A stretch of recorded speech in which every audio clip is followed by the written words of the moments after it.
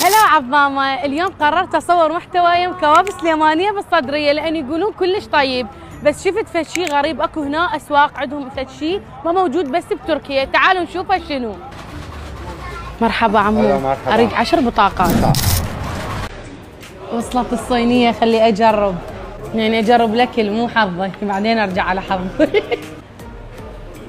الله طيب، بس اغمس بيها. طيب هاي الكباب، خلي اكل هاي واجرب حظي. باكل صينيه الكباب هاي خير علي.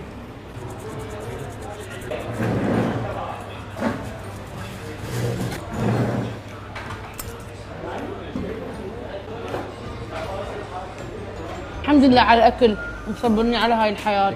يعني انا ماخذه هواي بطايق، ليش خسرت؟